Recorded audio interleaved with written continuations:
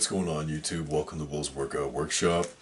How's it going everybody? In today's video guys, I want to talk about 4 mobility exercises that I'm doing, not daily, but probably 3 to 4 times per week. Usually after my workouts or after I do yoga twice a week, so 3 to 4 times a week.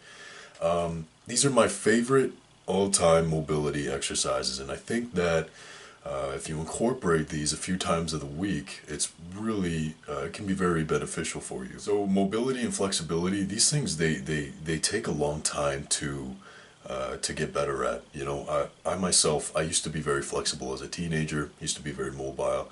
Now, you know, I've sort of let my flexibility fall to the wayside the past few years.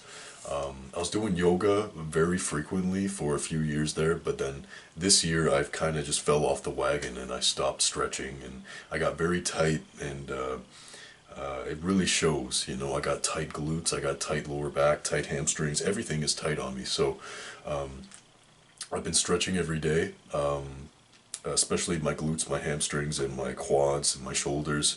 And these mobility exercises, like I said, I usually do them after I work out. Takes an extra 10 to 15, 20 minutes, but it is well worth the time. So the first exercise, I don't know what these are called. It's the exercise where you hold the stick like this with your hands pronated, and you try to bring the bar all the way around to the other side of your body. So here's what it looks like. So as you can see, I lay on the ground for this exercise, and a few things to keep in mind when you do this exercise is you have to keep your glutes tight and keep your pelvis in a posterior pelvic tilt, right? So your pelvis is pointed down and inwards as opposed to an anterior pelvic tilt. So in other words, when I'm on the ground, you can see my pelvis, I'm not like this, right? I'm not hyperextending at the lower back and everything is just kind of slacked. I'm actually flexing my glutes and my abs. Everything is tight, and that affects the upper body, so that allows me to better have this full range of motion. So you can do the exercise standing up if you want to, but again, you have to squeeze your glutes, squeeze your hamstrings and your quads, squeeze everything, make sure everything is very tight. Take a deep breath in, retract the shoulder blades, and then do the movement. Don't keep everything slack. So make sure that whether you're standing or you're laying down, don't have your pelvis in an anterior pelvic tilt. The second exercise that I chose is the pigeon stretch. It's called the pigeon stretch. So here's what it looks like. So I like to hang out in this stretch for a fairly long time.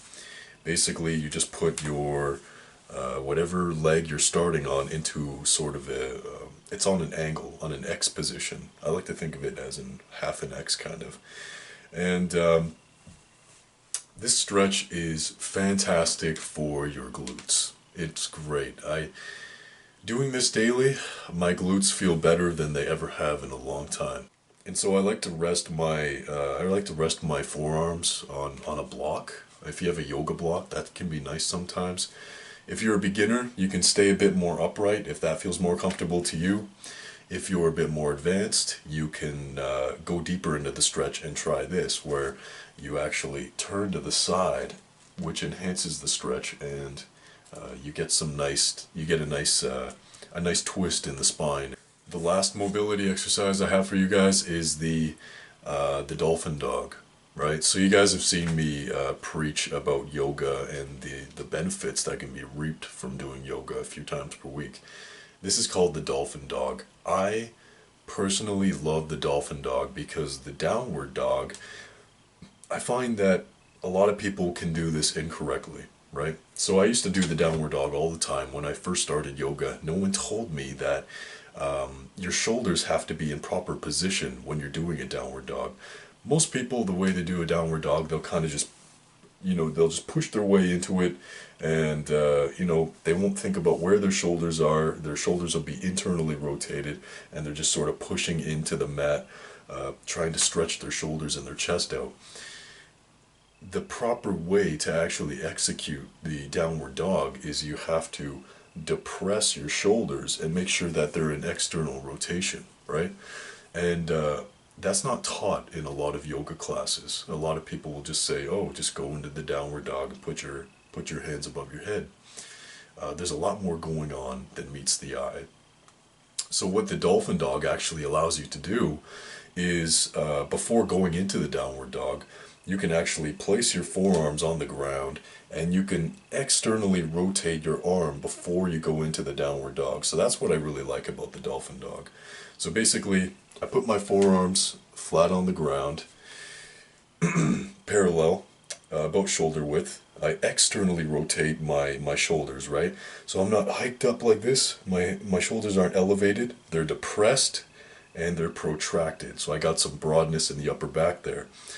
My arms are externally rotated. My upper arm is externally rotated, puts my shoulder in a great position. And all I do from there is I turn my wrists out, right? So my shoulders are still in external rotation. All I'm doing is going from supination to pronation. I'm not internally rotating my arms. My arms are still externally rotated. I'm just doing this. That's it. And basically what that does is it allows you to get a little bit of traction. You know, it just feels good. Spread your fingers out and then you push your toes up, push your hips to the sky, and think about your spine being lengthened as you do that. And then, you know, the human head is very heavy, so let your head just rest and see your long spine from the side. And that is the dolphin dog, guys. Feels fantastic and is great for shoulder mobility, chest mobility, stretches out your hamstrings. It's just a great overall mobility exercise and it feels really good. So that's it, guys. The stick arounds, tell me if you if you know the name of that exercise. The pigeon stretch, which I do as often as possible, and the dolphin dog. You can do that pretty much every time after you work out as well. Fantastic mobility exercise. So that is the video, guys. Thank you so much for watching. Hope you guys learned something. Use these mobility exercises daily if you want to. Make sure you're warm before you do them. It's nice to be to have your body temperature elevated a little bit. Thank you so much for watching, guys. Will's Workout Workshop. See you guys later.